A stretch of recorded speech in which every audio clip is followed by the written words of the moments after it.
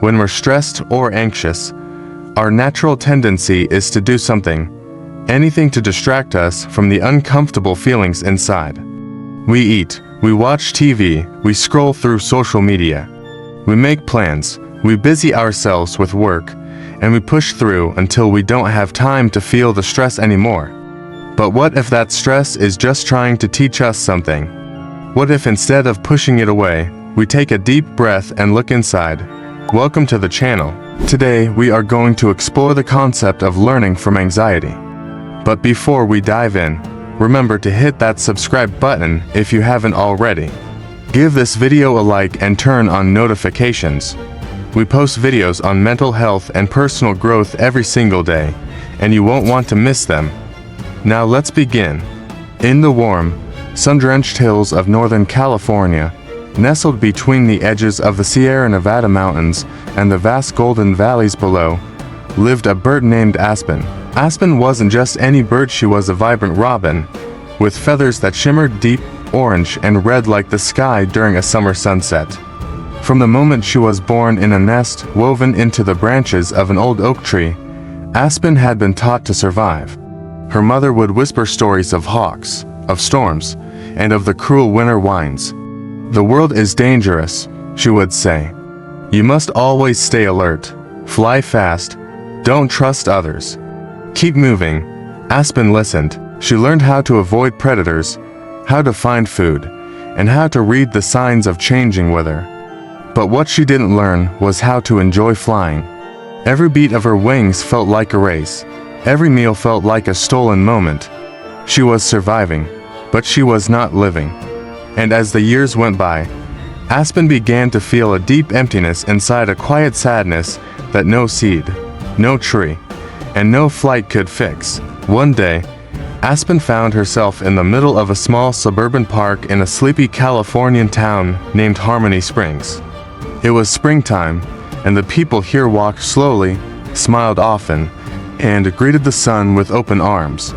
There was something peaceful about this town, about the way the leaves danced in the breeze, about the way the children laughed without fear. Aspen, tired from her journey, landed on a park bench where a gentle old man sat quietly, feeding breadcrumbs to a flock of pigeons. The old man looked at Aspen. He smiled. "You seem troubled, little one," he whispered, as if he knew she could understand. Of course, Aspen didn't speak human language, but somehow, there was comfort in his voice, like the way wind sounds through a calm forest. She tilted her head. The man chuckled softly and tossed a few crumbs closer to her. That evening, Aspen returned to the same bench, and the next day, and the next. She began watching the old man, who came every day, without fail. His name was Walter, a retired librarian who had spent for decades in New York City before moving west after his wife passed away. Walter had seen the rush of life, the competition, the pressure, the noise. And now, in the stillness of Harmony Springs, he had finally learned what peace was. One afternoon, Aspen noticed Walter sitting with a young boy named Ethan.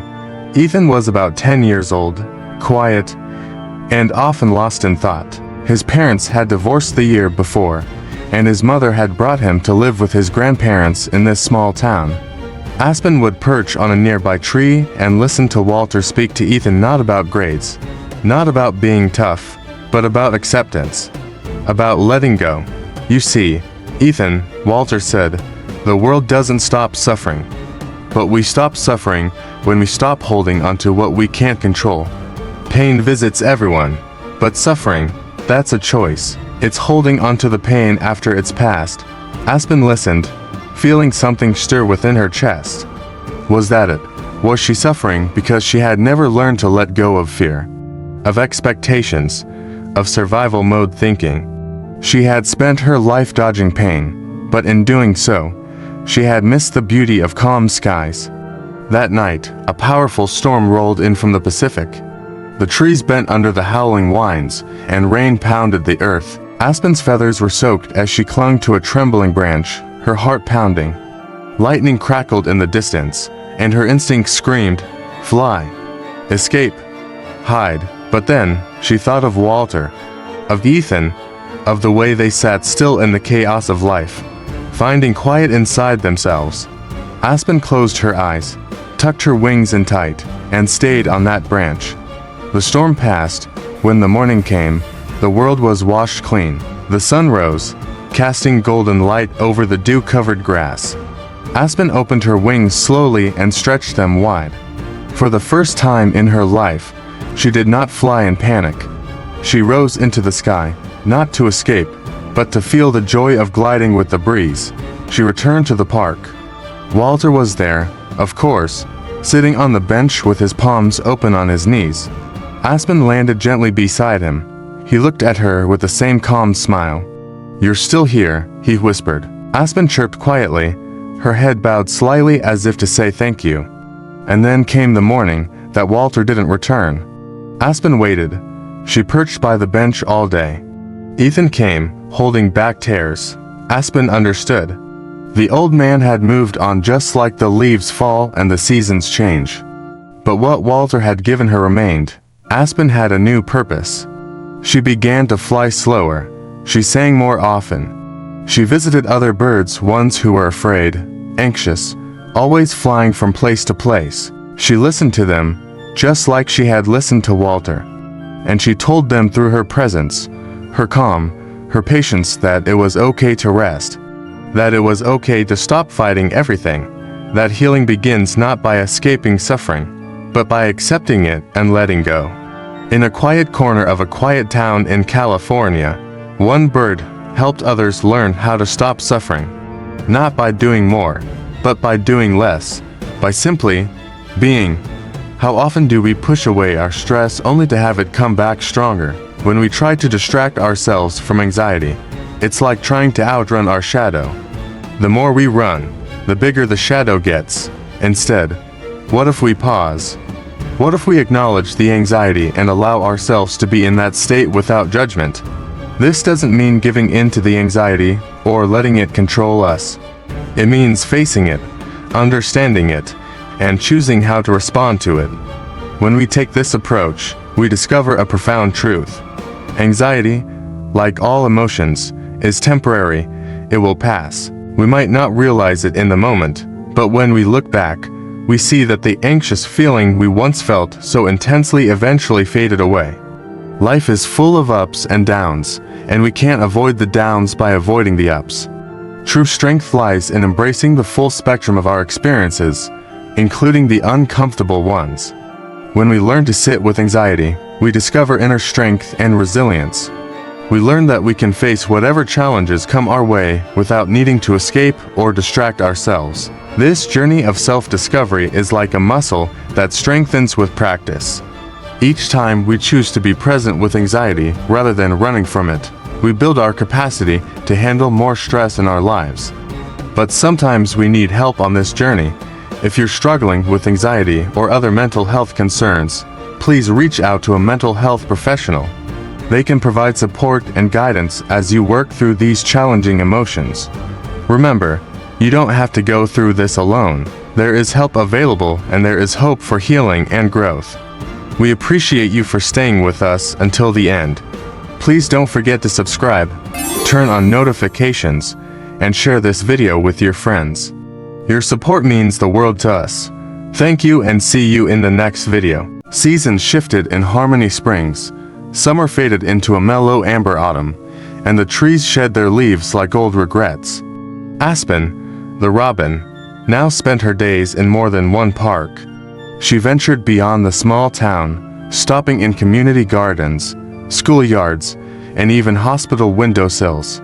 There was something about her presence, calm, quiet, consistent, that people began to notice. Some called her the gentle watcher. Others believed she was a sign of hope, a spirit of peace fluttering into their lives just when they needed it most. Ethan, now growing into a thoughtful teenager, often returned to the park. He would sit on the same wooden bench where Walter had once shared his wisdom, reading old library books that Walter had left behind. Aspen always appeared not long after, landing on the backrest as if to keep him company. It became their unspoken ritual.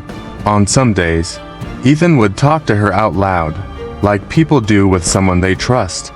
He'd talk about school, about missing his dad, about how sometimes everything just felt too much. Aspen didn't reply, of course, but her stillness made space for his words to breathe.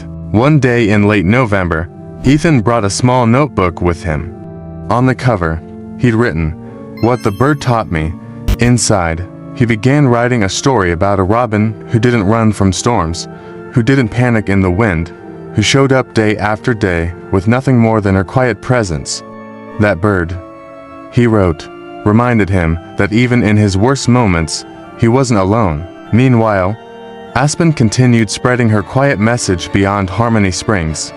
In a nearby town called Willow Glen, nestled between the rolling hills and oak groves of Sonoma County, she found a woman named Ruth sitting on a bench outside a rehabilitation center.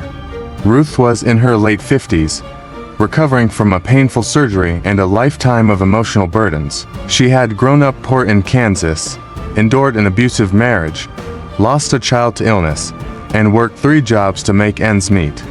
Now, in the quiet of recovery, all the pain she had suppressed came flooding back. That morning, as Ruth sat motionless on the bench with tears drying on her cheeks, Aspen landed on the armrest beside her. The woman didn't flinch. She turned her head slightly and whispered, "Well, aren't you a little miracle?"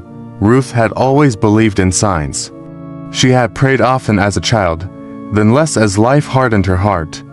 But seeing Aspen while sitting there, not demanding anything, not fluttering in fear or urgency, did something to her. Aspen's stillness mirrored the calm Ruth was searching for, but had never known how to access.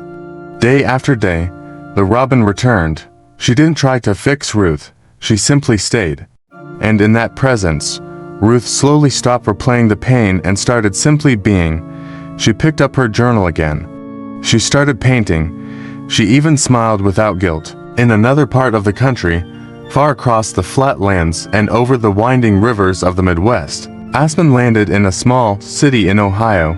There, in a neighborhood where sirens were more common than birdsong, she found a teenage boy named Jalen, who had been suspended from school for fighting. He felt like the world had no place for him. His father was incarcerated. His mother worked double shifts. He had dreams of music, of stage lights, of moving his family out of poverty, but he carried so much anger. Jalen was sitting on the steps of an old church, earbuds in, hoodie up, lost in thought, when Aspen landed on the rusty iron railing nearby. He didn't notice her at first, but when he did, he laughed softly and said, "Man, what are you doing here? You lost." Aspen tilted her head. Jalen reached into his pocket and pulled out a single sunflower seed from a snack bag. He gently tossed it toward her. She hopped forward and took it. That moment stuck with him. The next day, Aspen returned, and the next. Jalen began journaling, too. Something about her reminded him that not everything in life had to be a fight. That there could be beauty even in broken places. That maybe, just maybe, he could write music not only from pain, but from healing. All across the country, Aspen's wings carried something bigger than feathers, a message. You stop suffering not by controlling the world, but by releasing the illusion that you can. You stop suffering when you stop letting fear define you. You stop suffering by pausing, by being present, by allowing peace to enter your life not with a bang, but with a breath. Back in Harmony Springs, Ethan, now 18, had finished writing his book. He titled it, The Robin Who Stayed. It was part memoir, part fiction, part life lesson. His story, born on a wooden bench under a wide Californian sky, was accepted by a small publishing house. It went on to become a bestseller in the personal growth section. The dedication read, "To Walter and to the bird who taught me how to be still." Aspen was never caged. She never stayed in one place too long. But she always returned to Harmony Springs, like the seasons, like old songs.